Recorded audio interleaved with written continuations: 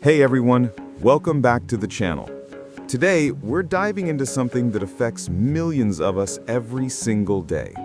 How social media is reshaping our mental health, our body image, and our self-esteem. If you've ever felt anxious after scrolling through Instagram, or question your own worth after seeing someone's highlight reel online, you're not alone. Let's talk about what's really happening to our minds in this digital age. We're living in an unprecedented time.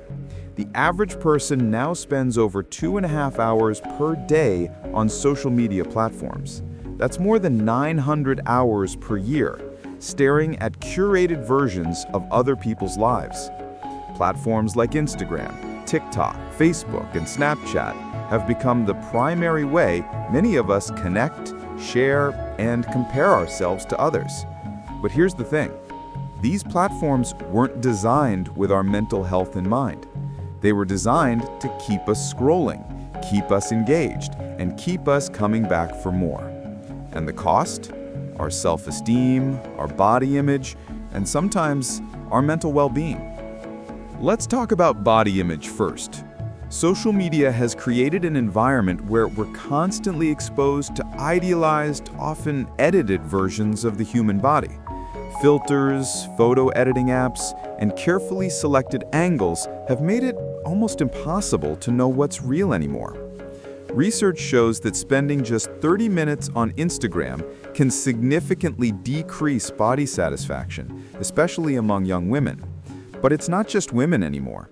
Men and non-binary individuals are increasingly reporting body image concerns linked to social media use.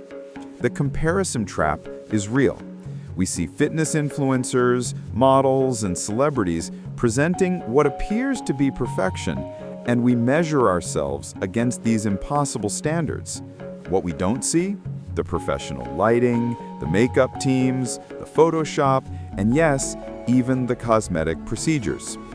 TikTok trends promoting extreme dieting, dangerous beauty standards, and toxic fitness culture spread like wildfire.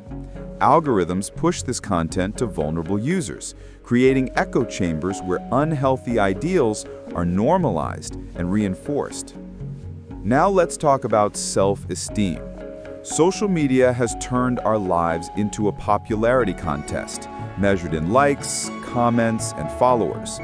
Every post becomes a test of our worth, and when the validation doesn't come, it hurts.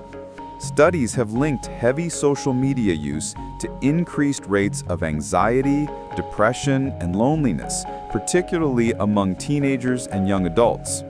The constant need for validation creates a dopamine-driven cycle that's remarkably similar to addiction.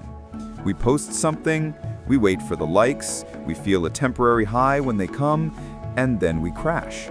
So we post again, seeking that next hit of validation.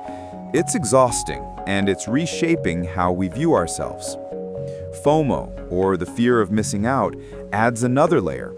We see everyone else seemingly living their best lives, attending amazing events, looking perfect, and we feel like we're falling behind. But remember, we're comparing our behind the scenes to everyone else's highlight reel. The impact on young people is particularly concerning. Adolescence is already a vulnerable time for identity formation and self-esteem development. Add social media into the mix, and we're seeing unprecedented rates of anxiety and depression among teens. Cyberbullying has become a serious issue, with harmful comments and messages following young people from school into their homes, their bedrooms, even their beds. There's no escape when the cruelty lives in your pocket.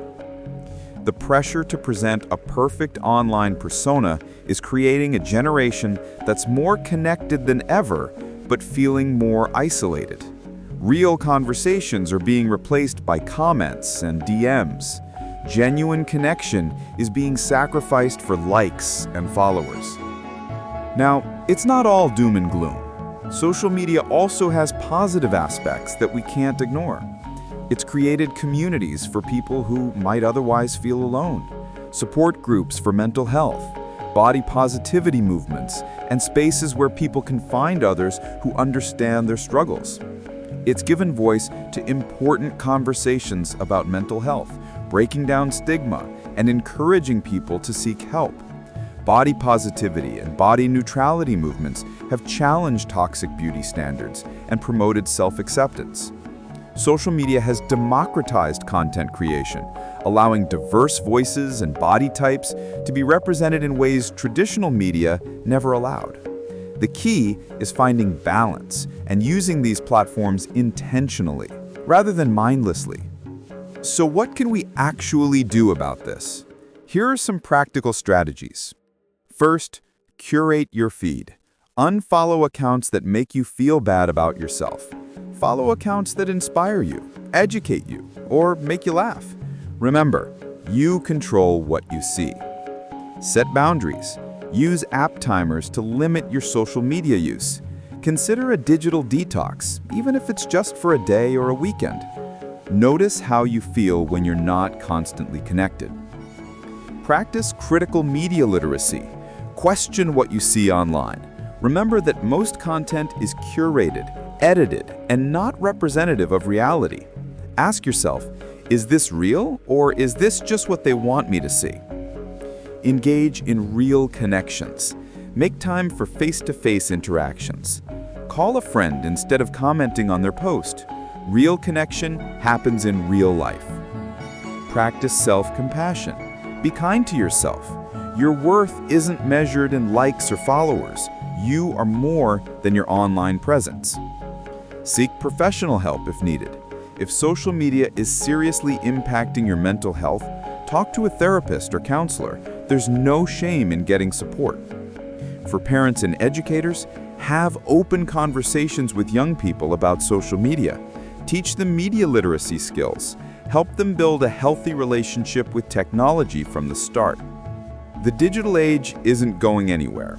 Social media will continue to evolve and new platforms will emerge.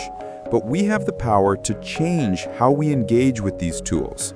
We can choose to be more mindful, more intentional, and more protective of our mental health. We can challenge the toxic standards these platforms promote. We can use social media to build genuine connections, rather than seeking shallow validation.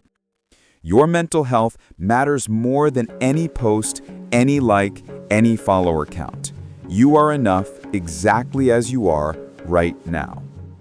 If this video resonated with you, please give it a like and consider subscribing. Share your thoughts in the comments, and let's keep this important conversation going. Remember to take care of yourself, both online and off. I'll see you in the next video.